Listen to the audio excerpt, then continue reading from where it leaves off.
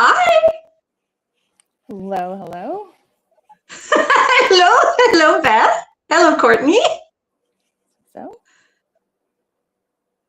I can't hear Beth. Is that? Can you hear me? Can you hear me now? Yeah. Yes. Okay. Welcome, everyone. Welcome. I'm excited. How is everybody this morning? Awesome. Awesome. Doing great. Yeah. Awesome. Thank you. Well, I'm messing around in this chat. Soso, will you take it away here for a minute? All right. So, well, good morning, depending on where you are. Good afternoon. For me, it's the start of the afternoon. I'm Eastern. It's 12:02. Welcome to Time for Life. I am joined with my good friend, Beth, who is on the West Coast, right? Washington State, yes. Yes, and our friend, Substack friend, Courtney. This is the French speaker in me who's always like going, bah, bah, bah, bah. Welcome, Courtney. Thank you for having me. I'm excited to be here with you guys.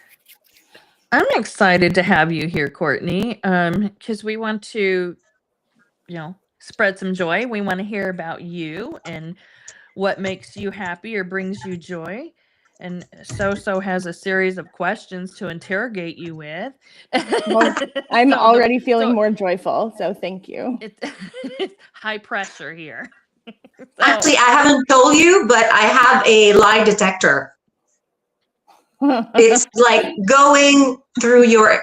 I took control of your earbuds, and I have a lie detector. So you have to tell the truth. Honestly, you won't even need a lie detector. Just look at my face. I can't lie. I can't play poker. Facial expressions give me away every time. So before we start, I just wanted to share this. Yeah. Nice. Yeah. Oh, what does it say? I wasn't able to read it. It says, "Don't tread on me." Like, And what does it look like? Exactly what it is. Oh my God. I'll show you mine. Yeah. Okay. Nice. Unfortunately, it's reversed, so I can't read. Elbows up. You can't read reverse. Oh, elbows up. I have to get one. Oh, wow. This one from Brittle Star. Are you guys familiar with Brittle Star? No. I have no stake in this. I'm not plugging anyone, really. The one who made the cat is Canadian. Plug away. And I don't even really know what to say about him except that he's awesome. He's been around the internet forever. Mostly a YouTube channel. Mostly does satire, like comedy, spoofing political things. And he has started up on Substack. Anyway, this came from his website because I am a merch fiend for people I support. So, if you have a merch store for this space, I'm just saying I would probably have the hoodie. Can you send us the link later? Yeah, Can you send us the link later? Thank you. Yeah, I also like to buy stuff. I mean, which is kind of, I think a lot of people. Yeah. Merch. Yeah. That represent the stuff that we like. So, that brings us joy. There we go. So, mine is actually for today, I'm the boss. Okay. Yeah. It's not Hugo. It's the grizzly. And this is a souvenir from the Banff National Park. So I really like this. Nice. Yeah. I'm not really a boss, actually. I'm bad.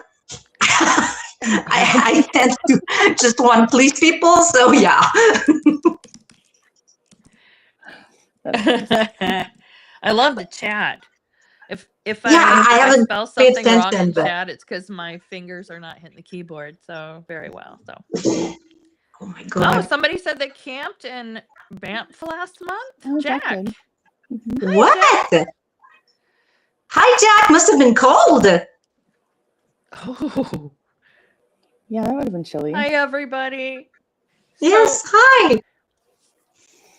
Go ahead. We're gonna start grilling Courtney. Oh yes. Well, first we have to we have to ask her to introduce herself if I'm following my very strict line of questioning. Okay. And then I can tell if you're lying. No. Again, just my face will tell you that. Okay, but please introduce our little community. I think I'm seeing also new names in the chat. So introduce yourself, please. Thank you.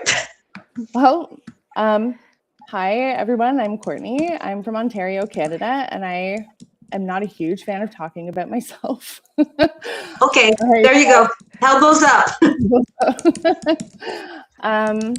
Let's see. I am an elder millennial and hit pretty much every stereotype you can think of, and I'm proud of it. So, an elder millennial. What is an elder millennial? That is like toward the cusp of Gen X, but not quite there. Still millennial. Kind of the age group, the last age group that grew up without the internet. Kind of in that era.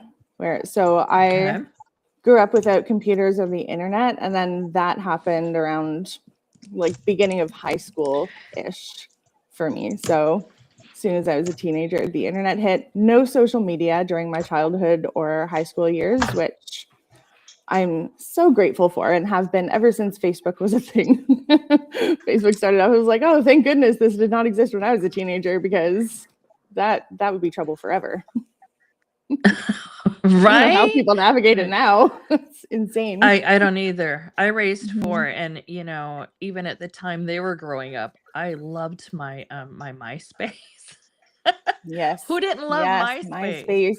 MySpace, ICQ, GeoCities also. Yeah. I'm lost. What are those things? I was like, what? I had a social media game back in the day. MySpace. Oh my gosh, that brings back some memories. You could have your own music playing when people come on, and like your top 5 friends or whatever, and it was a whole that was political. Right. Yeah, Noble, MySpace was great. I agree. Noble's saying in the chat. Yep. Okay. Well, now that we know who you are, Courtney. That's who I am and how old I am and where I live. That's pretty much it. I'm very boring, guys. I work all the time. Like, I work full time at my nice, cushy corporate job, which is fantastic. I'm on lunch right now. Thank you very much for allowing me to spend my lunch break with you. This is like the best break of my day. No. Yeah, we thought that would be fun. Lunch break. Fun. And I'm 100% remote, which is why, like, if anyone's questioning, like, are you sure you work full time? Because I see, like, you live on Substack, basically. And that's why. It's because I can multitask. Right. But I think, too, when you're not at work, you're still working, helping other creators. And you're a force. Oh, thanks. Because why? Because it brings you joy, right? Yeah, exactly. It totally does. Okay. Yeah. That's why we're here. So, start with the questions, Soso. Well, you've already started. You've linked it to my segue. What brings you joy, my friend? Sorry, we haven't practiced, okay? For anyone who's new here, it's our 3rd episode, I think. Yeah, it's our 3rd. Learning the rope. We're asking for grace. We're asking for grace. Okay. I think Courtney, being what brings you joy? Authentic adds charm to your show, for the record. I would rather authenticity and having your show be organic more than you being all polished and rehearsed. So I love it. Thank you. You're welcome. But in order to quote Mom, we did dolled up, Mom is in the chat, I believe. Is she? Oh, of course she is. She wouldn't miss this. Stephanie's because they use that expression, and I was like, oh, that's nice, putting on makeup, getting dolled up. As a French Canadian, I think it was the first time I heard that. Really? Yeah. That's interesting. So do Canadians have words that we don't use over here? Like dolled up is a big one. I know dolled up. Baby.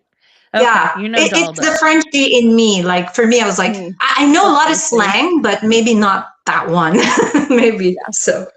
Yeah, that's less a Canadian thing, more of a specifically French Canadian thing, or just French. Yeah, exactly. Mm-hmm.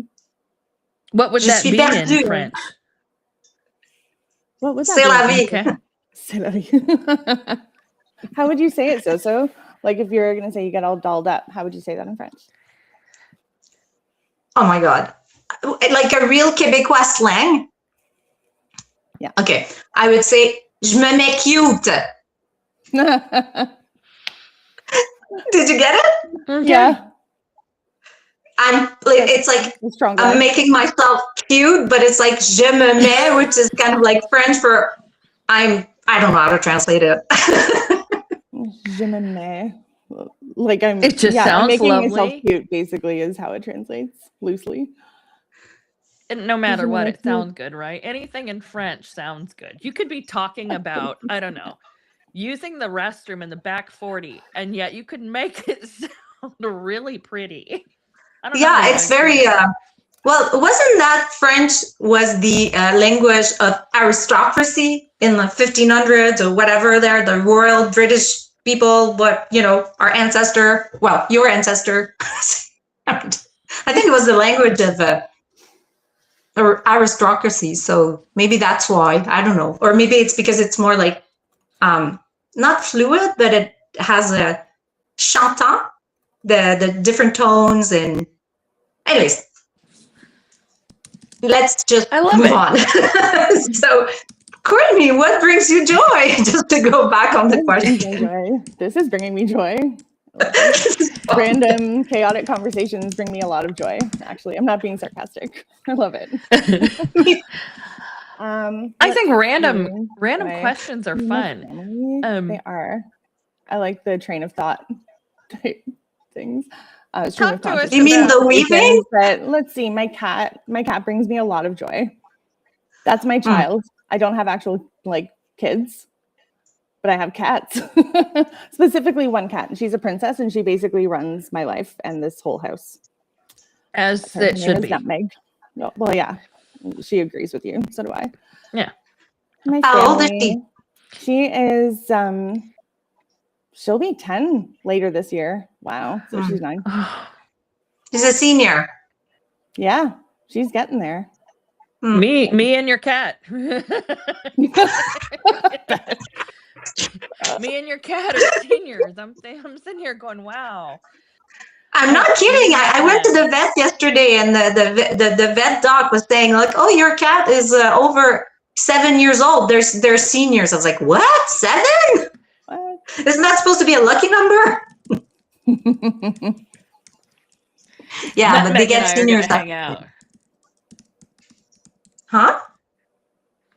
I don't know. I might have to take Nutmeg to bingo or something. You know, do some senior things. Do some senior. My mom loves bingo. He brought me all the time. Well, I was 18, of course, but I would just go to be nice to her.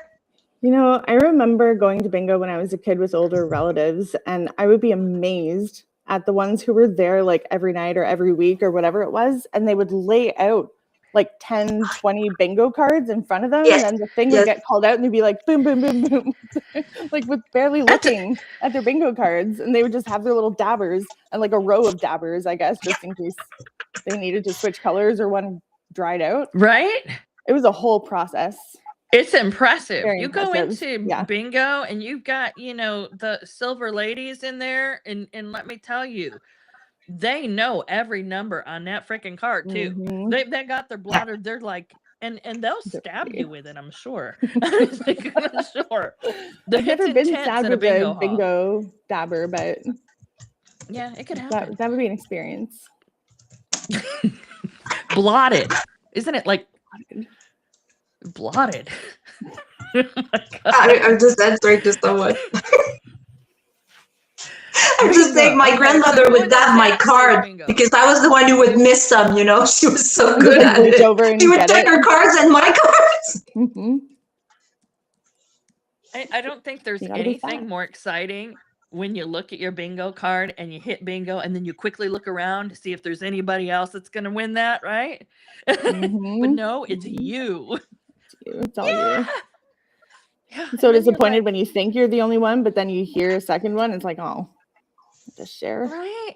And just sucks the wind out of your sails. But then you think, oh, yeah. The thing is, if you start going too much, it's an addiction, you know? Like if you go to sign of like, okay, I'm gonna win, but then you end up like spending way more than you earn.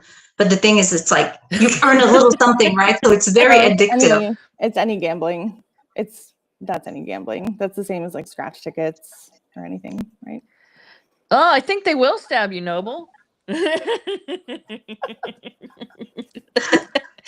It can get vicious in a bingo hall. It just depends on, I don't know, where you're at, location, and who you're playing with. I don't know if all bingo calls are created equal. Right? Oh, Laura's talking about her sister kitties. Yeah. I think we're all, well, I'm not saying, I'm a crazy cat lady, but I don't know if you guys would consider yourself crazy cat ladies. I have 4, so. Oh, yeah. Totally. I would just consider myself crazy, but in addition, I do have 2 cats and 2 dogs and 4 kids, so adult children. So yeah, has nothing to do with being a crazy cat lady. It's just absolutely being crazy. I love that. Who needs qualifiers? Like, just call it what it is. Right? And I'm gonna be authentic here and just say, maybe it's just because I'm crazy. I'm not allowed to, like, my own rule. I'm not allowed to go into animal shelters anymore, or like very rarely, and only for a very specific Did they ban reason. you? No, it's my own rule because I would just walk out with all of them. Like, I would be that crazy person, like 80 cats and 50 dogs, probably some horses, maybe some snakes. Snakes? Birds. Sure. If it needed rescuing. Nick has a snake. I know Nick has a snake. Yeah. Do you have a picture of it with a hat on yet? Yeah. No. He's kind of disappointed me because I did request a picture of Nick's yellow. Is it yellow? It looks yellow, but I could just see a little hat on it. And then somebody draw some little arms on it. I really need. Oh, did it come in? I need. I'm sure he's lurking somewhere. Yeah. I would. I would have a whole, like, my home would just be an animal sanctuary. It would be a whole thing. I agree. I'd be devastated every time any of them died. I agree. I took it. I ended up with our disabled cat. She has a neuro disease that she's called a wobbly cat. And so she wobbles around like a drunken sailor or me on a Friday. And little butt just goes everywhere. Anyway, I was at an office and my office door opened up and VP said, "You want a kitten?" And I said, "No, close my door." Yes, she's like, "You really do?" I said, "No." She said, "I'm going to have to put it down." What? Those are the magic words. That's it. And then I'm like, come on. She's like, I know. I was like, why? And she's like, there's something wrong with the litter, but there's one really bad one. And I went, bring me the worst one. And she did the next day. And Sunshine has been such a light. Sunshine, she just happy cat. She's 9 now. And when I took her to the vet said, "Thank you." And it caught me off guard. I said, and he said, "For taking in one of these cats, because most people just discard them and they can live a long life." So, yeah, I have my wobbly cat Sunshine. And Sunshine is living a long and happy life. Mm-hmm. But I totally understand. Animals just bring me joy, but I have to say, snakes, I'm a little bit, I've overcome my phobia because when I was little, somebody ran after me with, one of those teenagers there that's like a little bit mean and a bully. And I was like in primary school and we were outside in the street, I don't know why, and he had a pet snake. So he started running after me with the pet, kind of like forcing me. And then I was very fearful when I was a kid. So a lot of things. And so I developed a phobia. So when I started, later on in life studying psychology, I learned about desensitivation. So I did it to myself to desensitize myself to snake. So I was able at one point to take one in my hands, but that's about it. I wouldn't have one as a pet, never. My husband would have a heart attack, so that's fine. That takes discipline, though. Good for you for desensitizing yourself. That's amazing. Mm-hmm. Well, it's not easy because you have to learn to tolerate the stress and bring it down, and it takes a lot of exposition. Like first, I would just watch them on TV, off the screen, and then force myself to go into pet shops and just watching them for real, slither or aquariums or anyways. Well, but anyways, why am I ranting about snakes? I don't know, but this needs to be addressed. Nothing should move like that. Nothing should move like that. And I'm terrified of them. And let me tell you, I was in Michigan and I looked off the deck in the backyard and I saw an anaconda.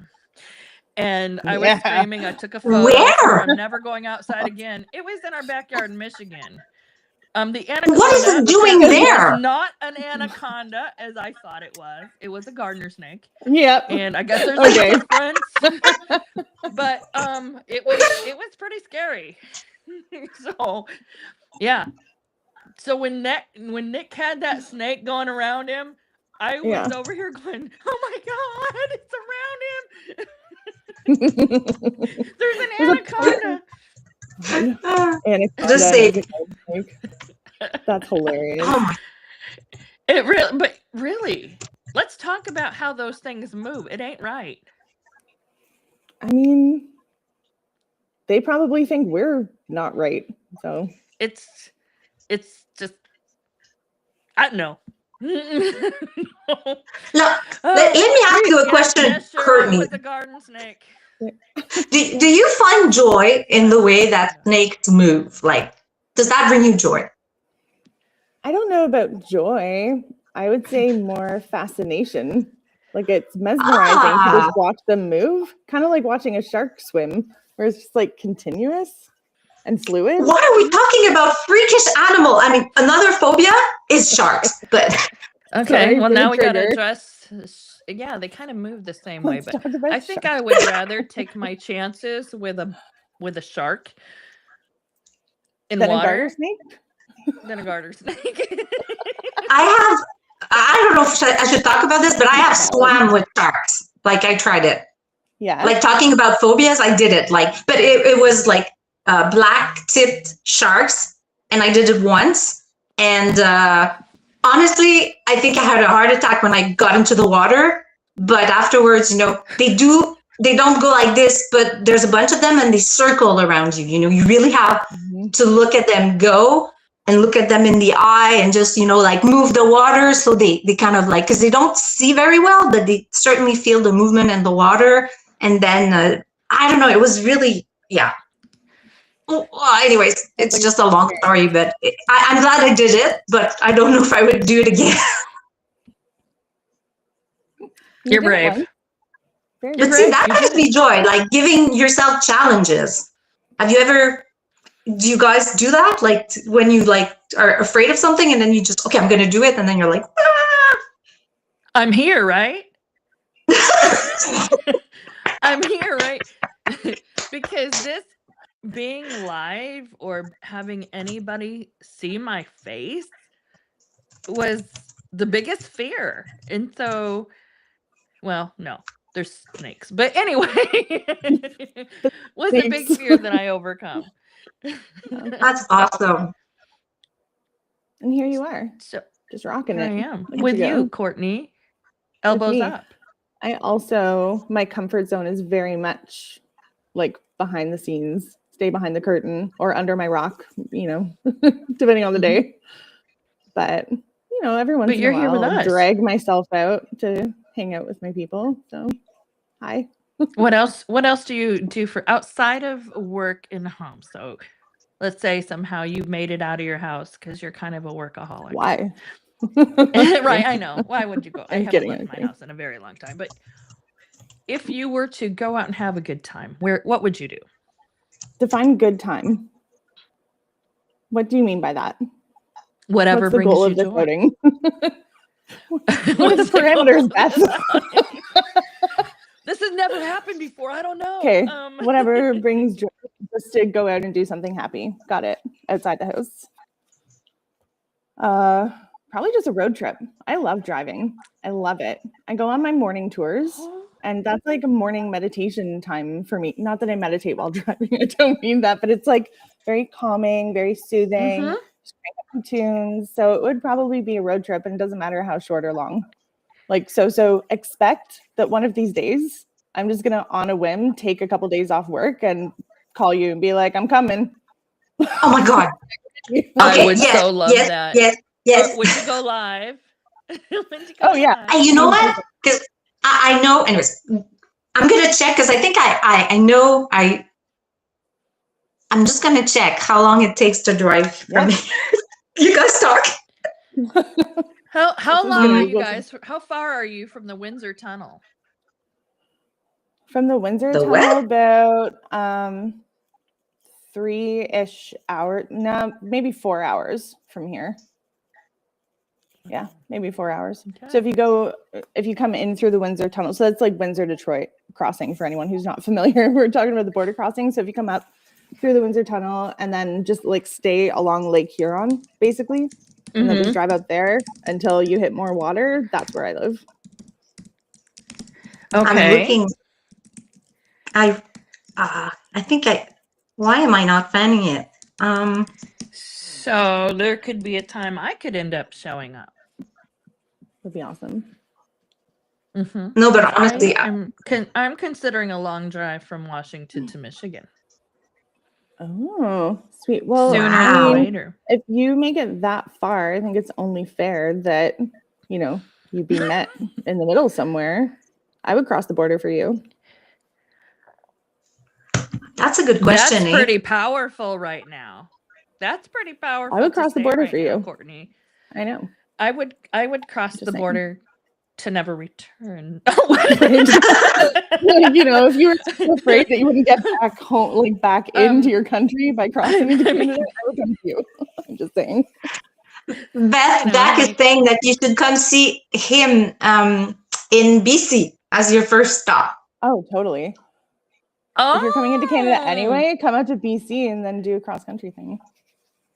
Oh, just in Canada. Isn't it a cold drive? How would that even go? I've never even considered driving it from there to there, from Vancouver over. Yeah, you can. There's a few different routes you can take, but if you hit the Trans-Canada Highway, that pretty much takes you all the way across. Yeah. It is shorter to go through the States, though, to go under the lakes, instead of going all the way up and over. Right. Wow. What's the name of just the region, Courtney, where you are? Just the region, not the Bruce Peninsula. The what? Bruce, Get on Highway 1 Peninsula. Okay, perfect. Yeah, thank you. Got it.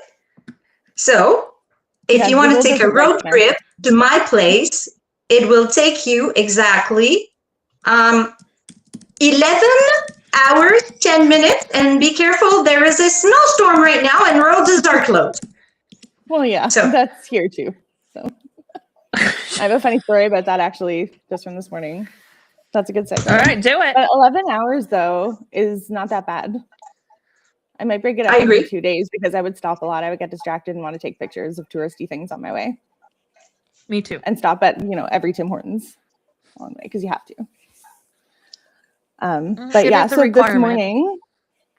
this morning was the third time in my life ever that I've been pulled over. So you're getting this basically hot off the press. It's also the third time. I've never gotten a ticket. I've never gotten fined. I always get off, which is hilarious to me. This morning, I was on my usual morning tour, and it's kind of wintry up here. I mean, it's Canada, and we have lake effect things going on where I am, right? So Yes. And so, the roads aren't great, but I just call it frolicking. I love winter driving. As long as I've got good tires and I can see, bring it on. So I was Do on you my have a tour, four-wheel drive? All wheel. Sorry, that's the same. Four-wheel is like all just. No, she goes on one wheel. Just one. Go ahead. Just one. So the closest Tim Hortons is about 15 minutes away. 15-minute drive, maybe 20 if I'm, being a slowpoke about it because of the snow. So I was almost there. I was almost to the town where the Tim Hortons is, and I see lights behind me. Like, what's going on? I glance down at the speedometer. I'm doing like 74 in an 80. Like, okay, so I'm not speeding. Was I drifting around? Because I'm not. I mean, I'm paying attention to the road, but you can't really see the lines. I thought maybe I was doing something. Well, apparently the road was closed. The highway was closed. That highway that I was on had been closed for 2 days. Oh. And I was like, oh, why? My first reaction was, what? Because I just drove it and it was perfectly fine. Why would you say dumb? So stupid. He's like, yeah, it's been closed. The cause is like, yeah, it's been closed for 2 days. Looking at me like, how did you not know this? And I'm like, I don't know. I'm just out of touch. And there were no signs between where I turned onto that road and where he pulled me over. No signs. Oh. Wow. So, but he let me off with a warning. It's a whole, I'm not going to take up this whole thing with the whole story. There were some pretty funny moments in there.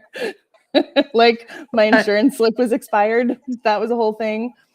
And not my actual, like my policy's active, but that was a thing. And what else happened? I don't know. There were a couple funny moments in the conversation where I said something I probably shouldn't have, but he didn't take it to heart, so it was fine. Oh my God. And I was like, he goes, okay, safe travels or whatever. Have a good day. And I was like, yeah, I guess I'll take the back roads home. That will be far less maintained than the lovely highway I just drove down. That's closed. Thanks for that. What is going on? So, due to weather? Due to bad weather. Oh, yes. He spent a solid 2 to 3 minutes mansplaining to me why they would close said highway when there's snow drifts on it. Oh, thank you. And you're like, thank you for the in-depth explanation of what snow drifts even are. Because I'm just a why little they need woman. Space. Oh.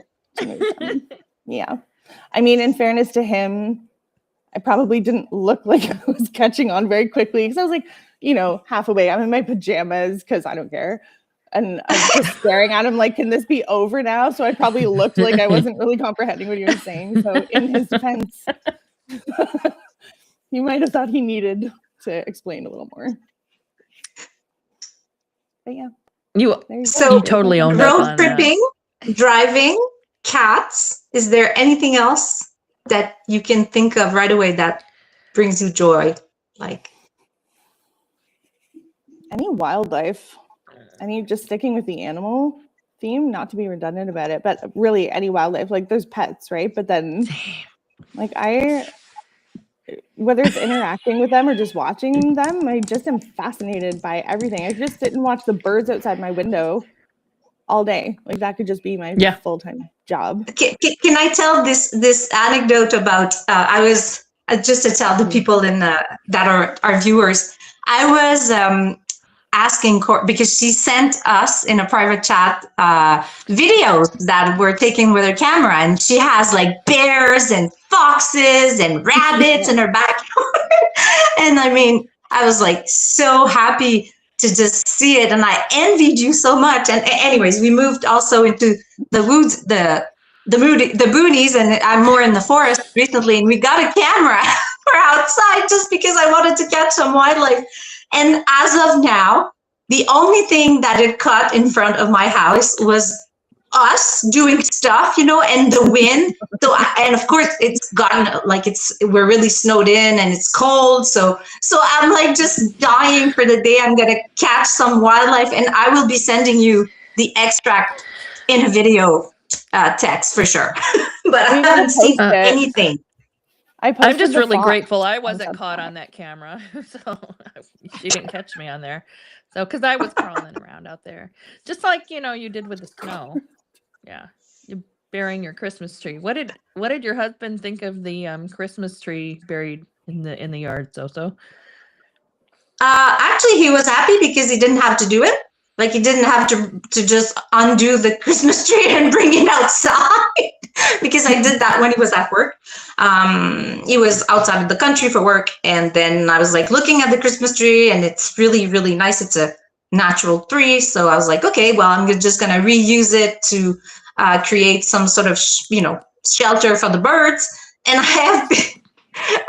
Anyways, I've been waiting to see birds too, and I'm telling you, nothing has come to that tree yet. And I'm always like looking for the little, the prints, like the footprints or paw prints, or because I've seen a lot of them though. Like, but that was earlier when there were not as much so as there is now.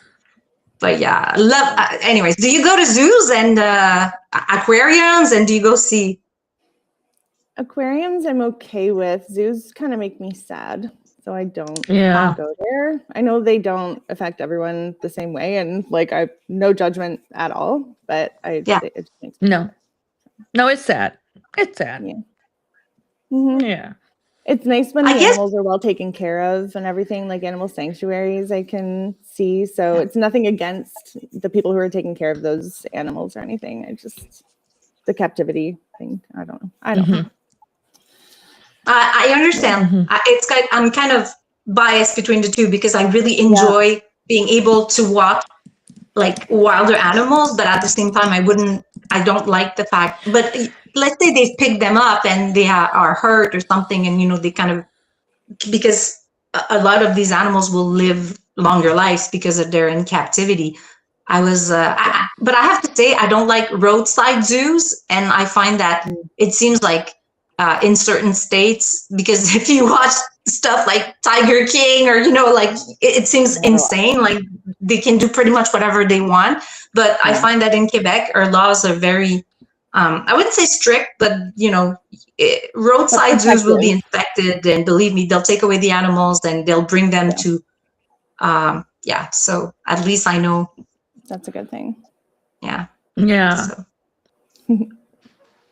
Yeah. Okay. When I lived in Stratford, and I can't remember if I've shared these pictures or videos, I have like years where I have a whole library of videos of me feeding the swans and the geese and the ducks down the river in Stratford, where I lived most of my life. I've since moved away. But I made friends with this family. I mean, friends, as much as you can be friends with a bird, friends with this family of swans. And they would let me like feed their babies and stuff every spring. It's so cute. I have so many I didn't want to bring it up, Courtney, but I'm just gonna let everybody know in the chat that you are Snow White. So I identify I relate more to Ace Ventura than Snow White, but I take your point. Okay. Yeah. Totally. I can just I can just see them coming, like flying around you, and you're like the bird whisperer. Yeah, I mean, I might be one of the only people who has hand fed a wild Canada goose and lived to tell the tale. So, not to brag, I'm totally bragging. And aren't they pretty angry? Oh, they're vicious and awful. So are swans. I love them so much, man. Yeah. Oh, yeah. I was afraid for my life and like my face the whole time. I can't believe this is happening. I was by myself in a parking lot, and this thing walked up to me hissing the whole time, somehow still hissing while it was eating out of my hand. And it was just awful. Oh my God. Amazing. Yeah. God, it sounds like my husband. Go ahead. Go ahead. No, we need to unpack that, Beth. What? I have to maintain humor. I'm gonna share something, and I don't want anybody to get sad. My husband, we received a diagnosis of a working diagnosis of early onset dementia yesterday, and So this is bringing me joy. Oh, we love you, Beth. I'm sure everybody in the community is with us. And Mr. Beth. okay, sorry for saying the number, but 122 is really good. I'll cry, so don't make me cry. No, but I mean, I'm sure everybody's here for you. Yeah. I know. So, but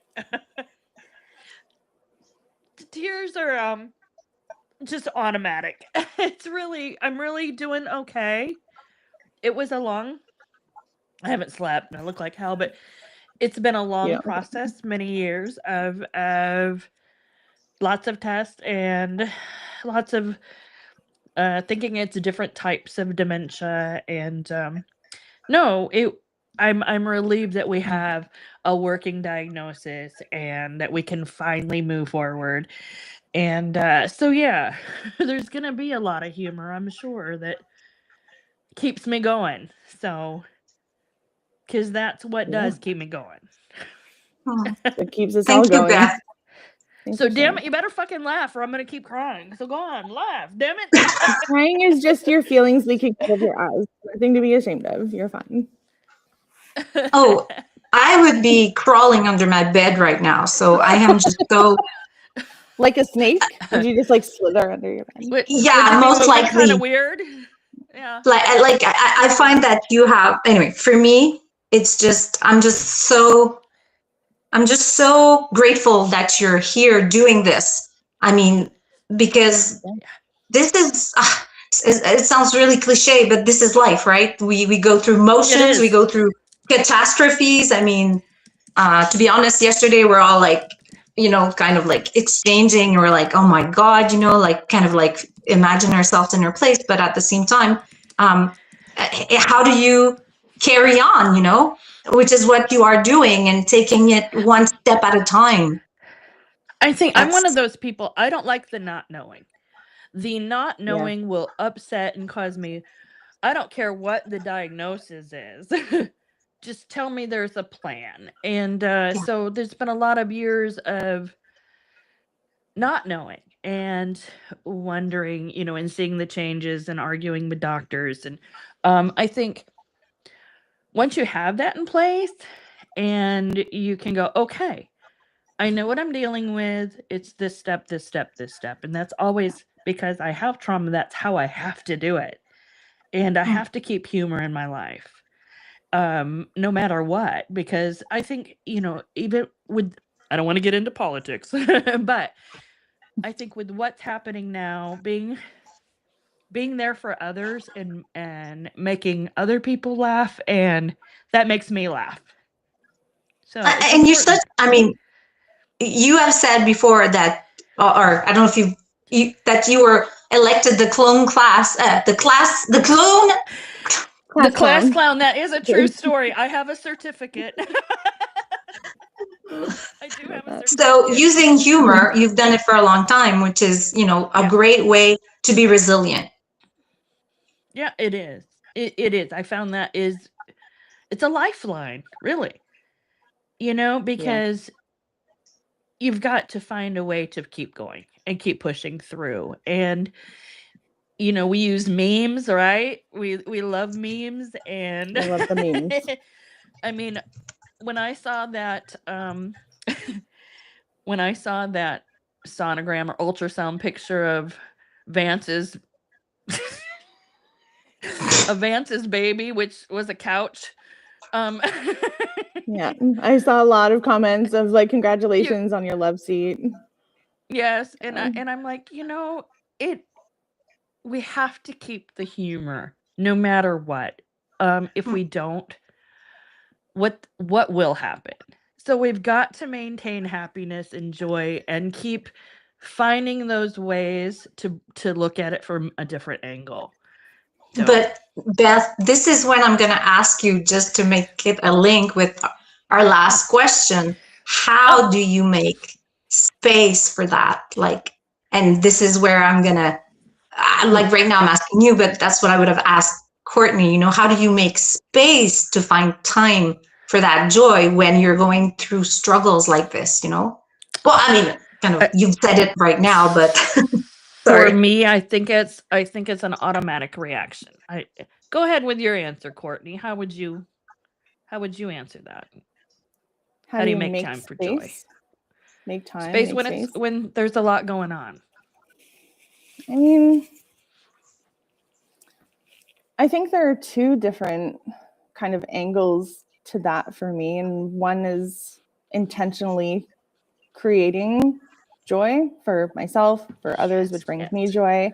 But then there's also the openness to experiencing it when it happens.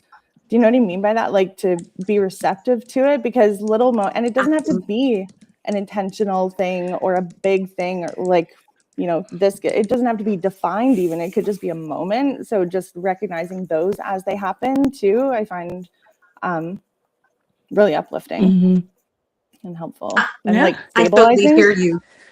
Like it's more like this openness to realize how lucky you are sometimes. I don't know. That's what I associated with. I don't know if there's a gratitude thing in there as well. And I think they do go hand in hand a lot. Like I'm grateful for those little moments of joy as they happen, but just letting yourself pause. And even if it's just, someone says something funny or whatever, just letting your brain pause for a second to just enjoy that before you dive back into the chaos that is real life.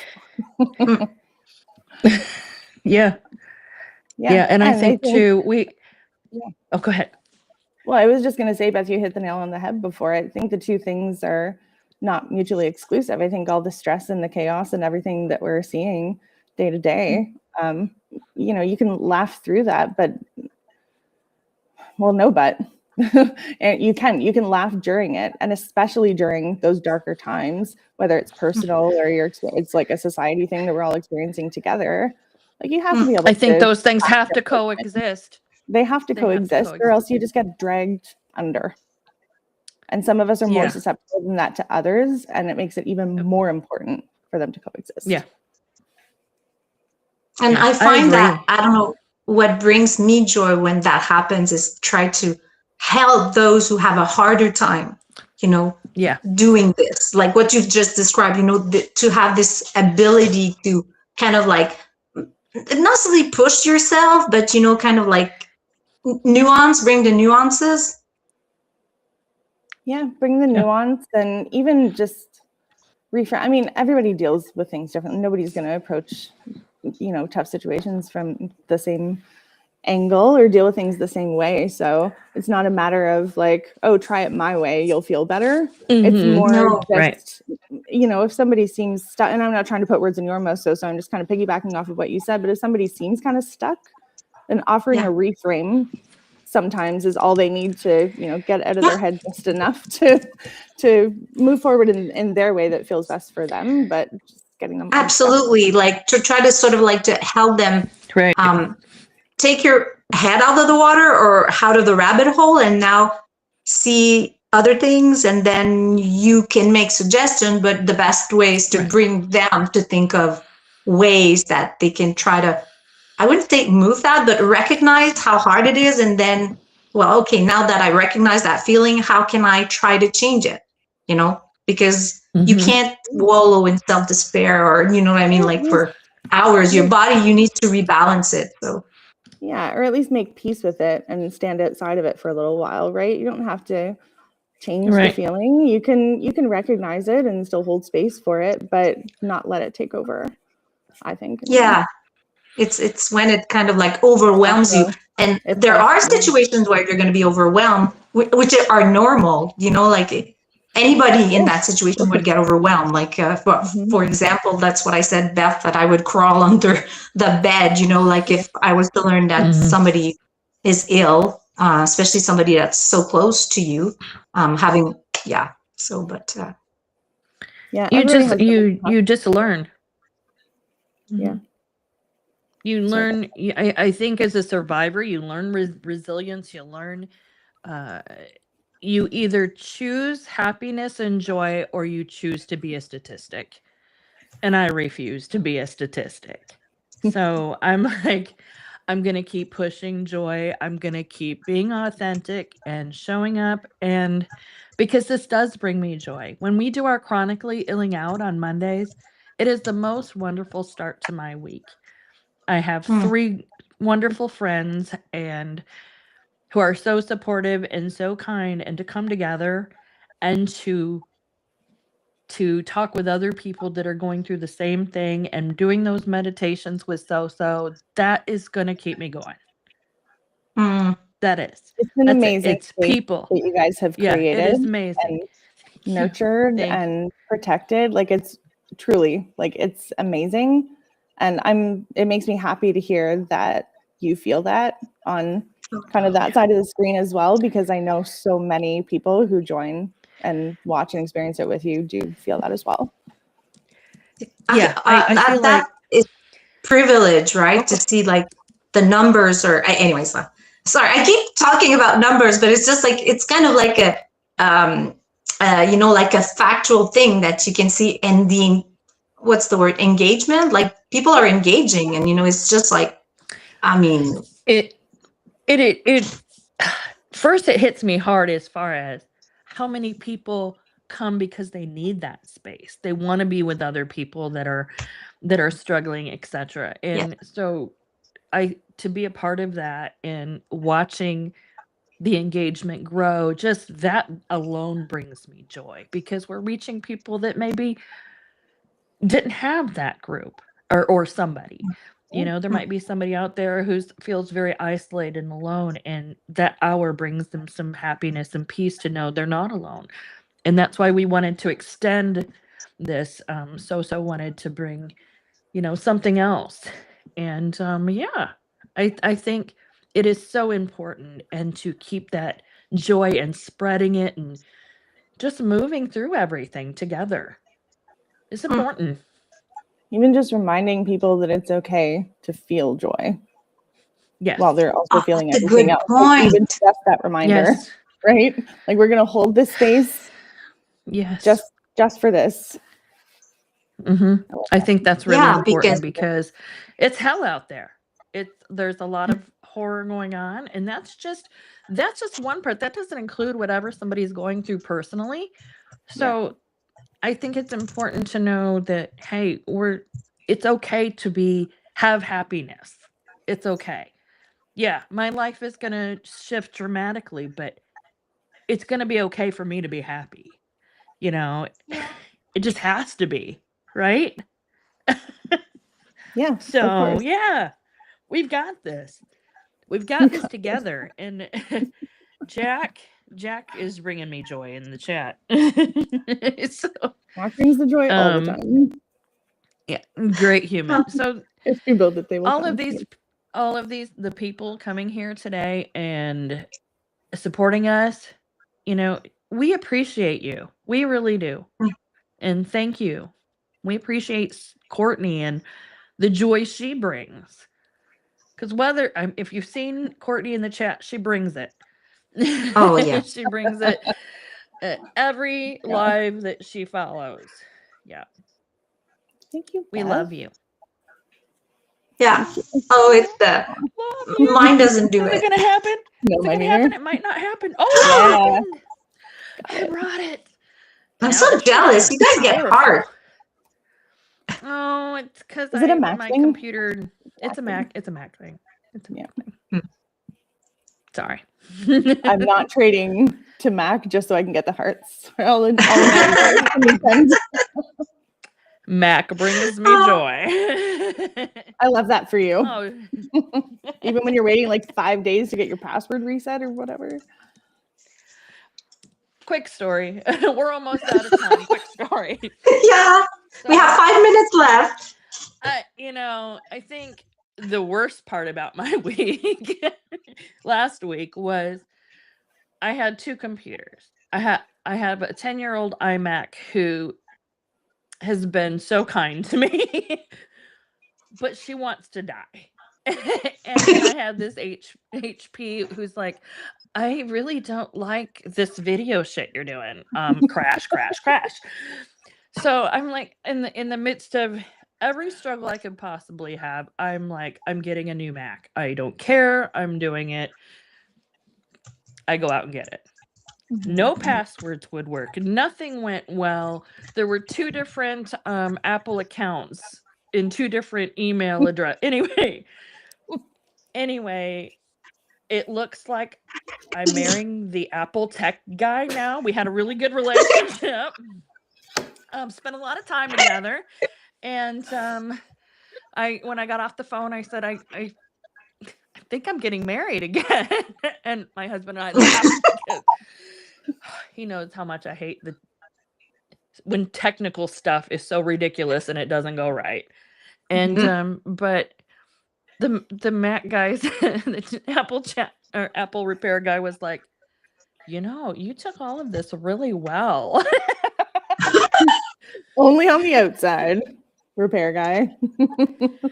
So after days and days of hell, I don't know if anybody is familiar with Apple and trying to reset a password. And if you don't reset that password correctly, you go into what I have called Apple purgatory, and it lasts about 3 days. And come hell or high water, these people are not going to give you your password and let you get into your machine. They're like, no, in fact, it was timed at, I had until 6:57 and 44 minutes on a certain day that they would let me back in. For your own account, though. Like, what? They're like, we're protecting your account. Are you telling me yeah, I'm not safe? No such thing. They're like, bitch, you can't do that. You can't even get in it. We don't feel comfortable with you even having an account. We're going to give you 3 days. So that's how that went. Yes, it is Apple purgatory for anybody. But someone said Apple is hell. Well, I guess purgatory because you're waiting, right? Yeah. It hurts though. But you get hearts. Sorry, don't mean to laugh. Now I don't get hearts. Oh my God. I made fun of them. They probably shut my shit off. They know. There we go. There we go. Be careful. They're listening. They're listening. I know. Someone's always listening. I've accepted it. We have 2 minutes to close this.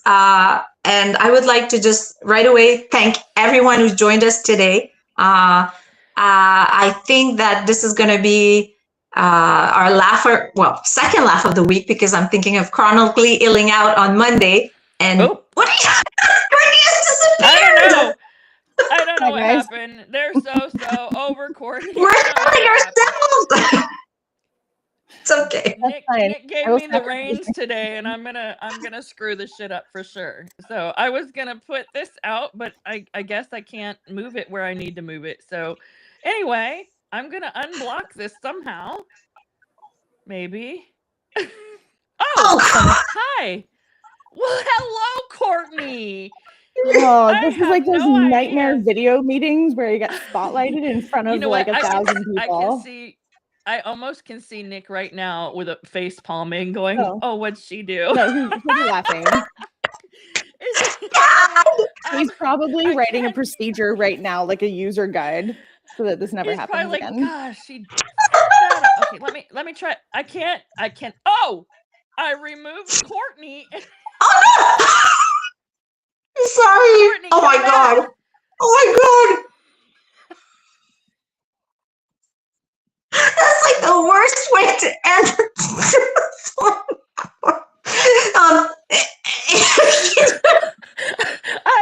I can't do anything. I don't have control over. I cannot Nick, help. Wait till they realize I'm backstage. She's backstage. Click to let her back in. Oh, is she? Where is she? Backstage? Where's backstage? Please bear with us. This is only our 3rd episode. I should never be alone to do this. Hold on. All right. Okay. I don't want to cry. She's like, sheesh. All right. Breathe. Honestly, this is the best ending to any live I've been on. So she says. Okay. We're going to have to have a take 2. We need to re-invite her. How do I re-invite her? Well, I really don't know, but it is 1-1. So either you really try really hard, or we announce her next week and our next guest, and we re-invite her. Take 2, Courtney. Take 2. Okay, Courtney. I'm going to put this in the chat, our personal chat. You know, both takes the most fun. And so, if you get this, see if that will work. I do not know. I bet you it was Nick's neck he did this. I invited her. Is she here? Okay.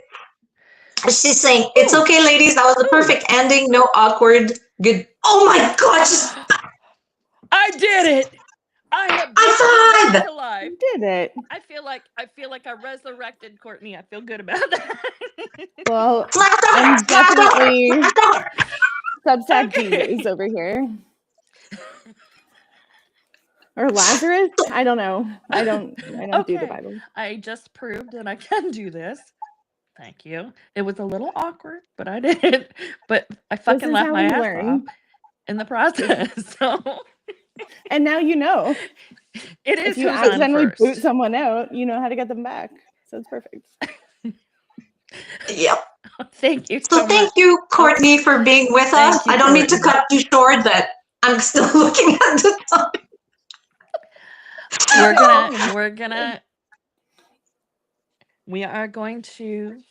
gonna go now.